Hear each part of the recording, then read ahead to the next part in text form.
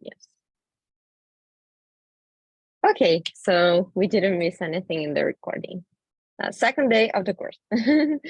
Going back to the notebook. If you go to the repository and update everything, you'll see in the practices folder, there's an exercise 1.I5B. I suggest everybody to open this one because this will be our group activity today. We'll have a bit of chemistry and general chemistry here just to practice. And from what I know, most of the people here are chemists or aiming to be chemists. So linking the knowledge can help us to learn more about the Julia syntax. And then we can go through more complex problems.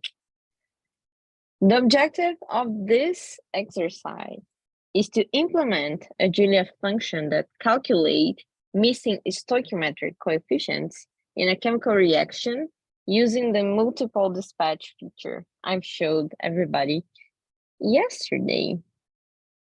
Some of the criteria for this task and some of the things that need to be implemented are a new type using the structure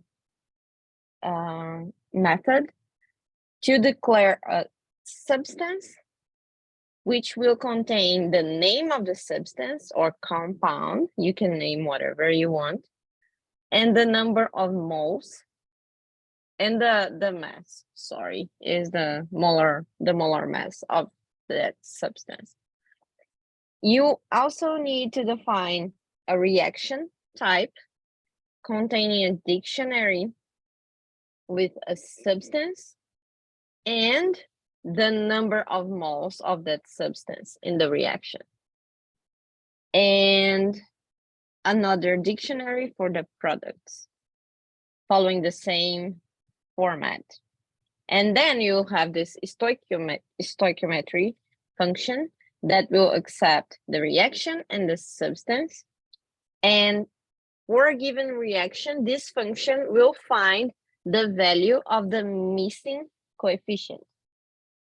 I will give an example and some tips, and then you will be able to start, and we will define the breakout rooms and the groups, and then we will start working.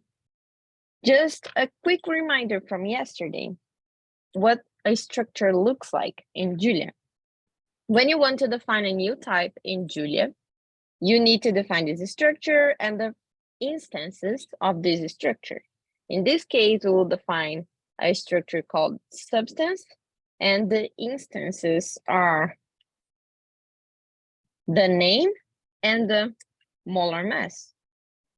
Let me clear this because I have defined immutable structure, so I need to restart everything. Clear all. Yes, perfect.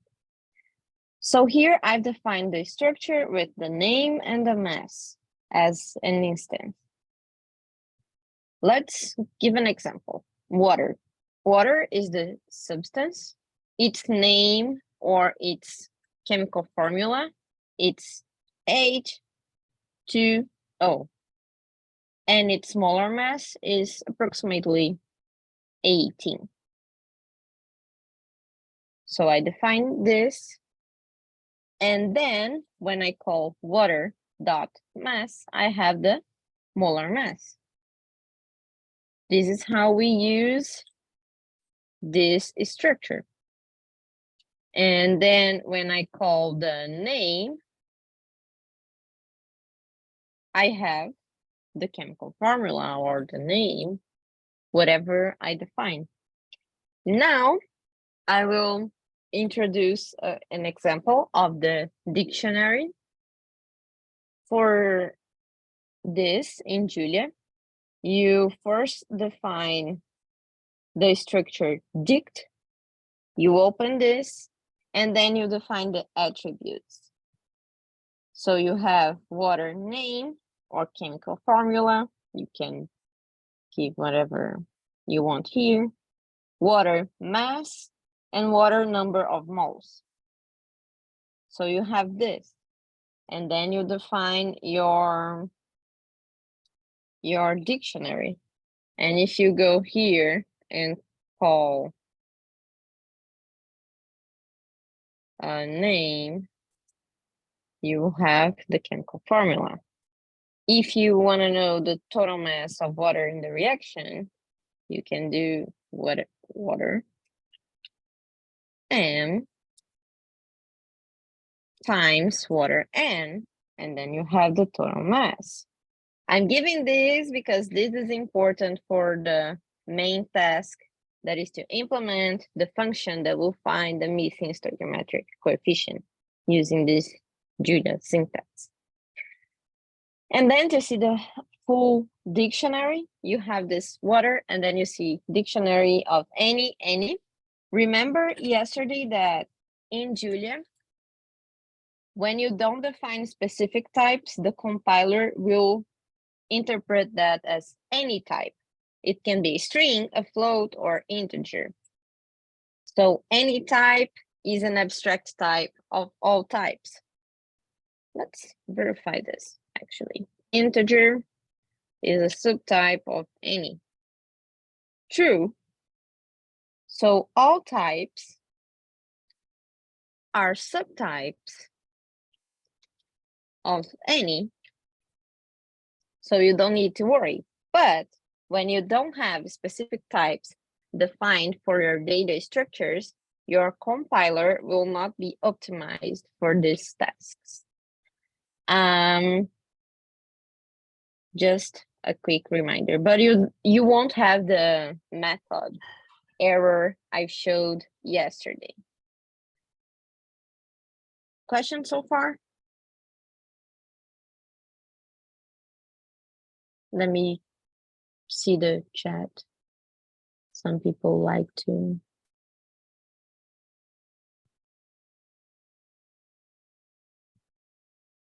send chat messages. Okay, so let's go back to the notebook. No questions. You can interrupt me and open your microphone whenever you want. Feel free to do that. So the strategy of this problem is, given a certain chemical reaction like this one, we need to find the coefficient, right? In this case, we'll find the coefficient of water. What's the coefficient of the water molecule in this reaction? To have the proper stoichiometric balance. As I said earlier here, you have the structure of the reaction, and you have a dictionary for the reactants and a dictionary for the products. Each dictionary will take a substance type as an element and the number of moles as an attribute. So defining the type reaction, we have that for this, for the dictionary of the reactants, we have hydrogen, 2 moles of hydrogen. Sorry, this is not correct. Okay, just to define the mass correctly. This is 32. And this is 18. Yes, okay, nice. So here in the dictionary, you have the substance, you have hydrogen, and the number of moles of hydrogen in this reaction is 2. And the number of moles of oxygen in this reaction is 1. And for the water molecule, we want to find the correct stoichiometric coefficient. So we'll give nan, that is equivalent to none, for the stoichiometric coefficient, because we don't know yet. So we give none. And the function you will implement as groups will be to find the value of this none. Okay, once you have the reaction type defined, you go here, you have the reaction dot reactants, and you have the reactants. You have the substance name, the molar mass, and the number of moles. For the products, you have the same thing.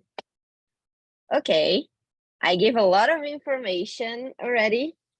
I have the solution here, but it's not uploaded to the repository yet because I won't give the answer before you try.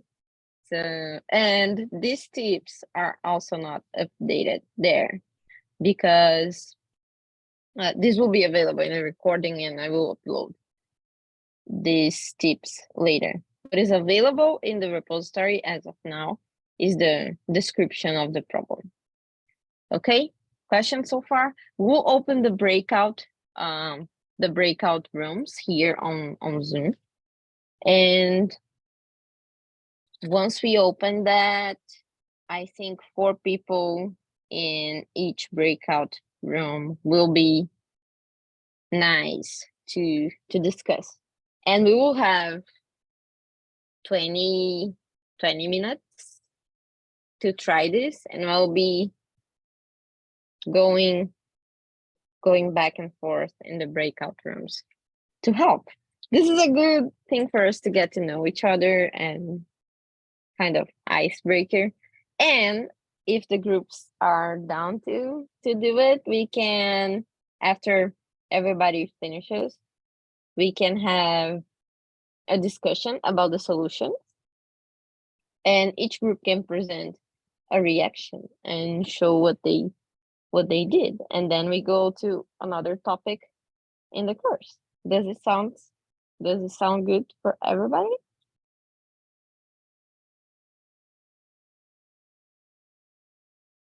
So we have 16 people, so we can have 4 breakout rooms. And then each participant can pick their breakout room of interest. Let's do the following. Each breakout room will have Latin America country name, and then you pick the one you want. We'll put Brazil, Mexico, Chile, and I don't know, Ecuador or Argentina.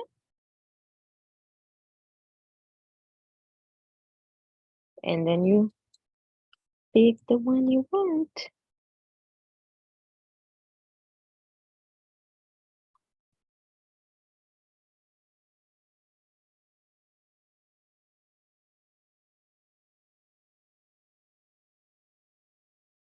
Okay, can you already see the breakout rooms? You can start moving to there.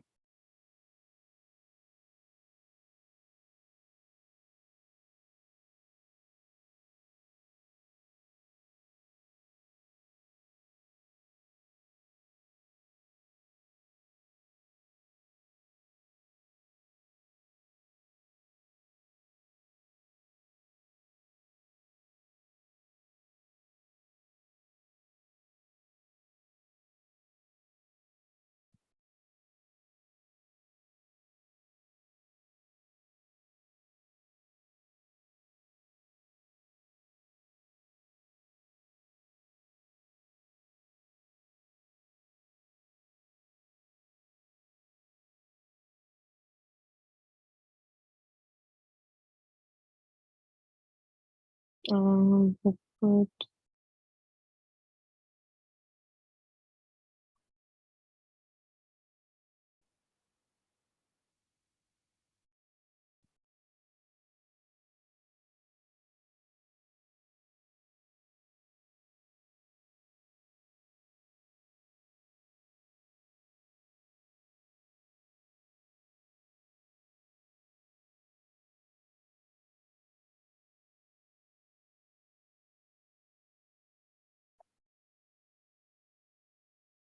Okay, we have 5 people in the Mexico breakout room,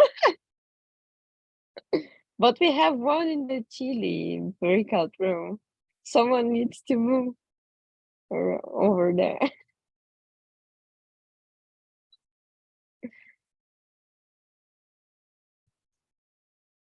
Can go with the Chilean person. Yeah. Let me.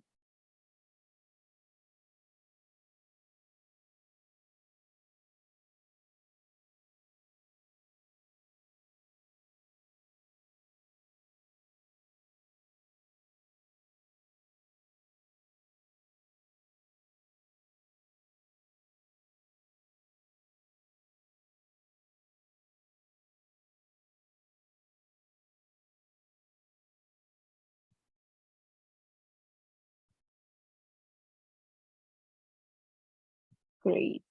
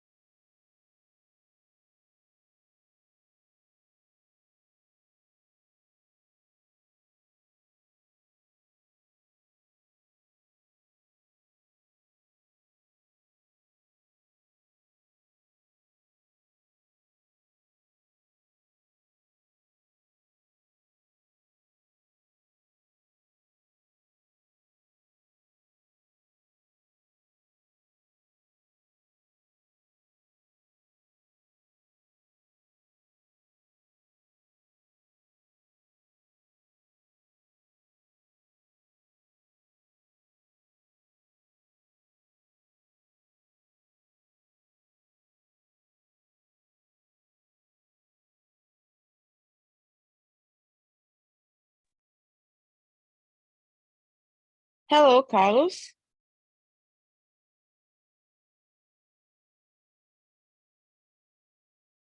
Oh, I see We have to Jordania. do, yeah, we have to do this in Julia program or Jupyter notebooks.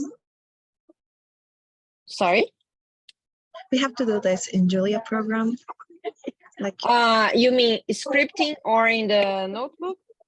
yeah, I prefer in the notebook, but if it is easier for you to do scripting, that's fine too. You can do a okay. .jl file. So in the notebook, how are you supposed to start this task? Because I don't have Jupyter. How is your? Let me go to your breakout room. You are in Brazil, right? Brazilian breakout room. Let me go to your breakout room, and then I see what's being discussed there. Okay.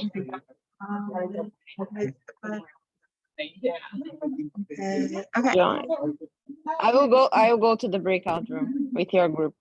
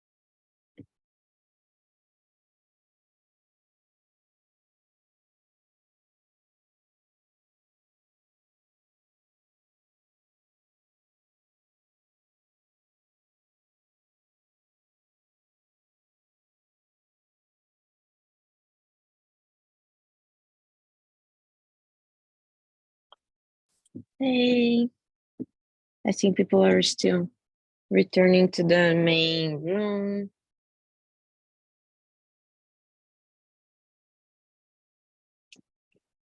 Let's discuss the solutions.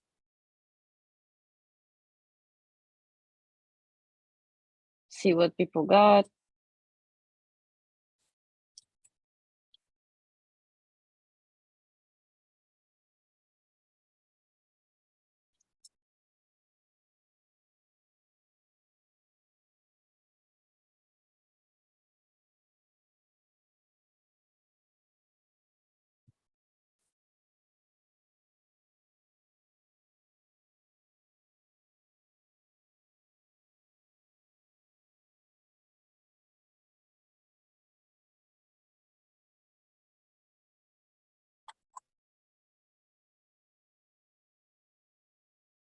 Okay, is everybody back here?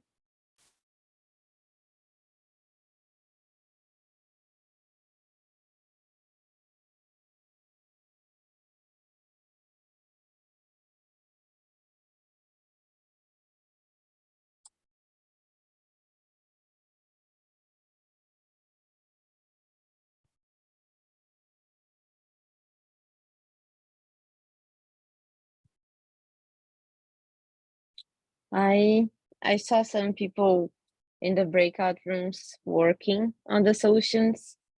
You can put in the chat who could get something to show us.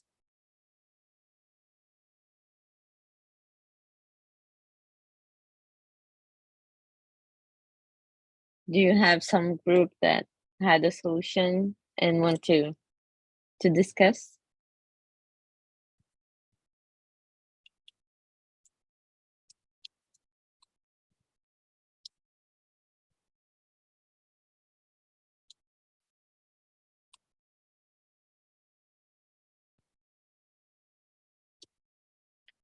First, I will launch a poll to see if people found the exercise too difficult, too easy. Let's see. Launch. I've released this poll to see what did people think about this.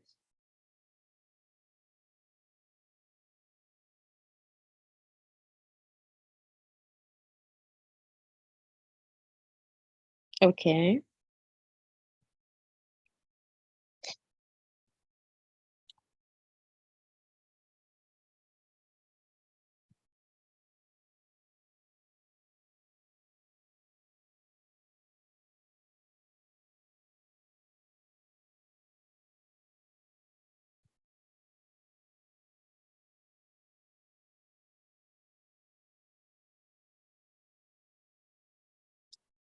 Okay. Ending the. So most of people found a medium exercise, like not that difficult, but not that easy. Which makes sense. But let's discuss. Did you guys like the idea of the breakout room? As I told earlier, it's my first time doing here, so I wanted to test this breakout room to see if it will be great, if the interaction will be good. But what was the main issue? Was it put in the function? Was it to understand the problem itself?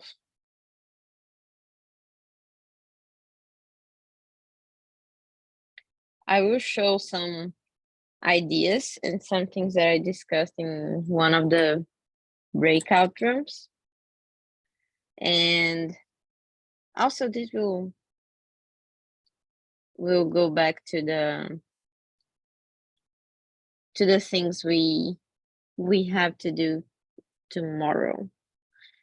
So when I asked in the problem to create a reaction type containing the reactants and the products in dictionaries. This was supposed to make it easier for people to iterate over these dictionary elements, over the reactants and the products. So basically, when you define the reaction type and you have the dictionary with the reactants and you have the dictionary with the products,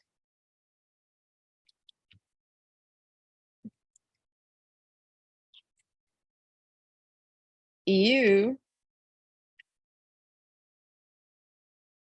can extract the substances with the molar masses, and you can extract the number of moles. So reactants, moles, values, reaction reactants. Okay, great. When I sum the reactants moles, I have 3. And when I can reactant mass, I can iterate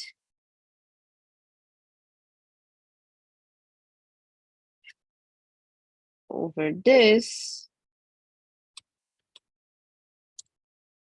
Yes, I can iterate over the reactants and upload the molar mass, calling reactant.mass, to the reactant mass list.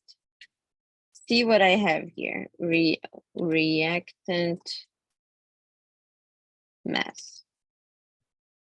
Perfect. I have a vector with the reactants mass. When I sum up the reactants mass, reactants, oh, there is a typo. My bad. I have this. So if I have this total mass, let me call this total moles.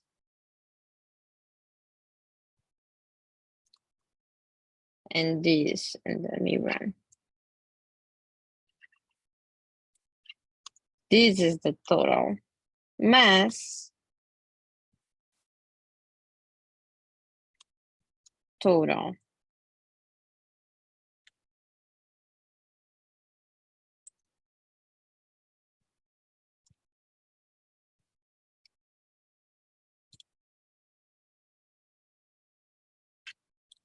Oops.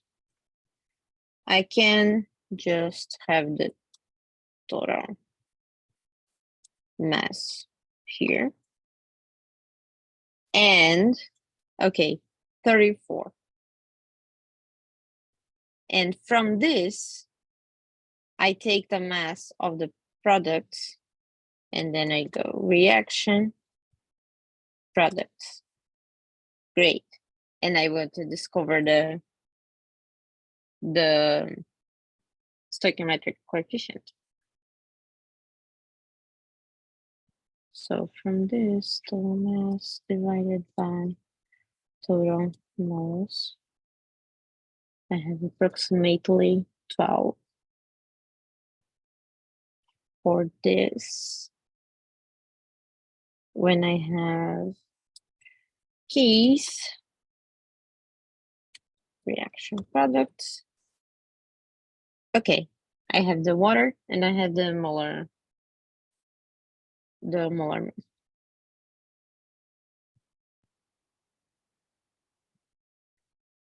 for products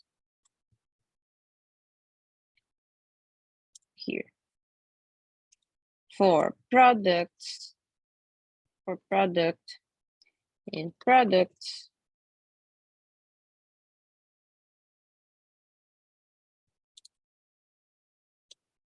the product mass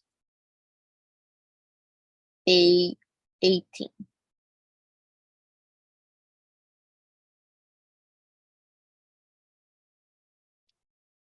From the total, let me see something, okay.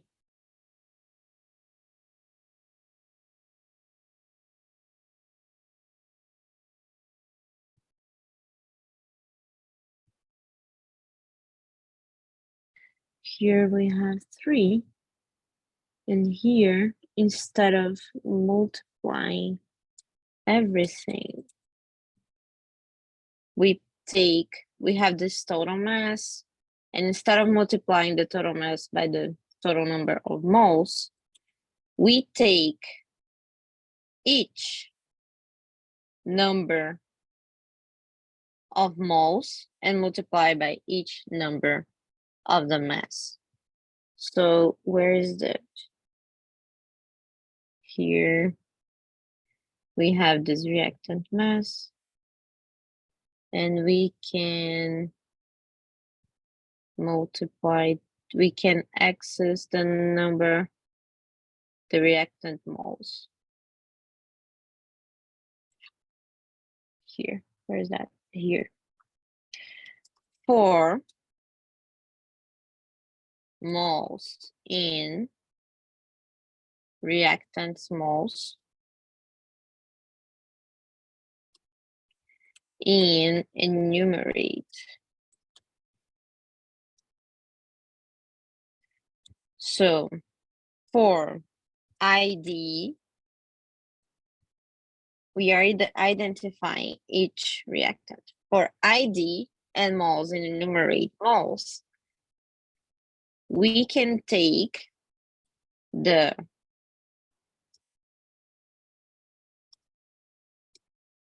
print ln, we can take the reactant mass,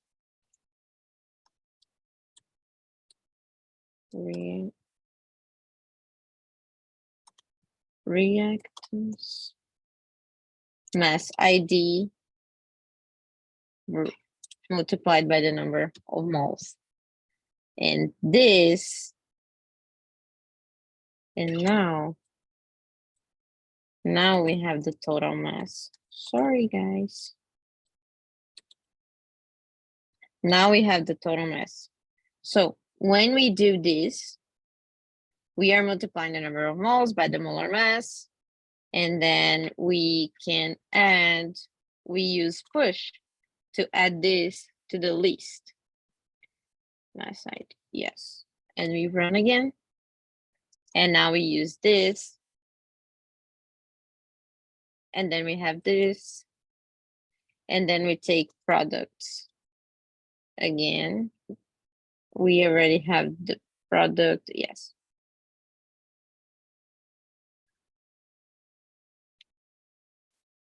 Print ln total mass divided by the product mass.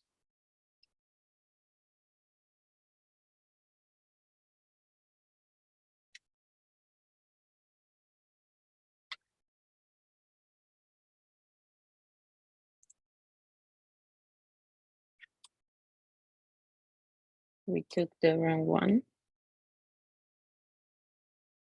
So we run this again. 36, yes.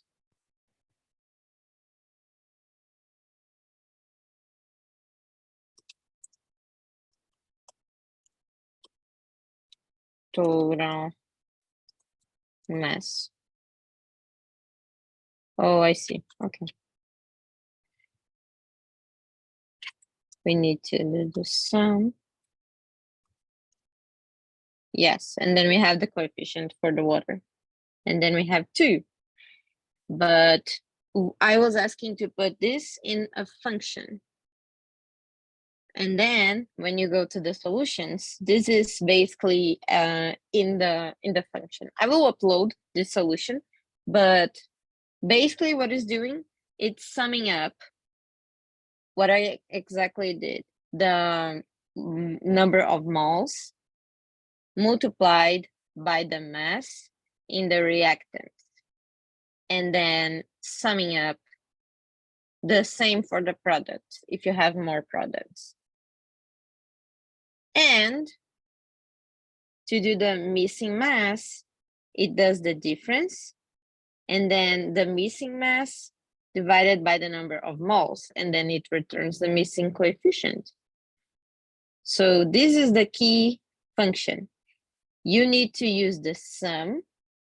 You need to create a list with the masses multiplied by the coefficients, by the number of moles in the reactants and the products, like you are forming the stoichiometric matrix, basically. And then you find the missing mass and divide by the number of moles using this structure that I showed earlier. And this is cool because this is using most of the concepts we worked yesterday. So this is the yesterday class. When we were working with multiple dispatch, we defined types and different functions to deal with the same types. And today we are creating these types, like I showed at the very last minute of the class. We are using the structure to create new types and manipulate these new types and calling instances of these new types. So I strongly encourage you to take a look at the class 1 again, because I thought it was like quite easy to go through the syntax, but we need to always remember that, remind that and practice. We have an exercise too, but this time we are not going to be doing that in groups. But basically is to form the stoichiometric matrix. I will start a next class with this, because tomorrow we will be looking at vectorization, vector operation, logical operations, and plottings, and we will plot together the particle in a box problem. I don't think we will have other breakout room session. I think we will be doing that in group, like everybody in the same room, which is great. I wanted to make this today for people to have some icebreaker and people interact with each other. For people that want to practice and take a look at this exercise too, basically for a given reaction, the idea is you can create a function or you can create a set of comments to manipulate the stoichiometric matrix and have the ratios between the reactants and products, just to practice. And after tomorrow, we will be doing some very cool things with machine learning, and we will work with microkinetic simulations. So I will be showing this package for reaction network modeling. That's why I've introduced this stoichiometric problem today, because we will need that for this catalyst reaction network modeling. From that, we can create graphs. We can run these microkinetic simulations, and we can have reaction profiles of consumption and formation, which is quite cool. And we can solve the rate loss to find the rate constants. But basically, what you did today, there's a package that does it already. but I made you implement just to practice. But there's this package that does it already, and we will explore more of this in the next classes. So, questions so far? Comments, concerns? Was it possible to understand the explanation a little bit? Okay, great. I know it was a bit messy today because we tried this breakout. I think it was great because I saw people working on the exercise. So I was happy with that. But this back and forth in breakout rooms, it's always a bit messy. So yes.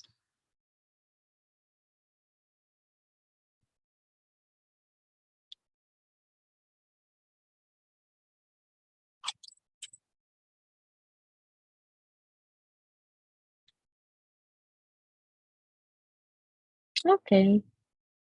So I think that's everything for today. I think we see each other tomorrow and we continue this Juna language journey. I hope you can you guys are learning and practicing something. Yes. Great. That's great. You can practice after the session. The GitHub is always open. I try to answer and reply the messages as soon as I can. I will be providing the recording of this. I don't think the breakout rooms were recorded, but this main session was recorded, which is good. So I think we see each other tomorrow to work with matrices. Okay, we can go back to some syntax tomorrow. Because if we understand the syntax, we can do more complex stuff.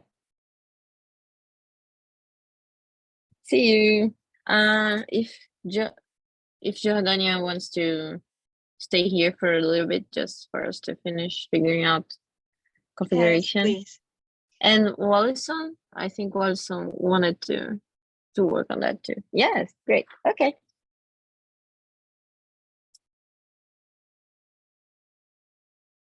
Thanks, Gustavo, for helping me. Thanks to you. Say only- It was a bit messy today, but I think it was fun. People could practice a little bit. Yeah, well, the most important is trying always. Yes. I mean, Yes. I was trying, I thought about doing something a little bit different to don't be like all classes, just me talking and explaining things. And I saw from yesterday, I thought people like, okay, got quite easily the syntax stuff because sometimes syntax is the most simple part. But no, today when people were trying, they had quite a bit of problems like implementing stuff, and the fun part is troubleshooting those implementations. So I yeah, think, that's always. It yeah. is this still recording also? You want to stop the recording now? Oh yeah, that's true. No? Let me stop the recording. I can help.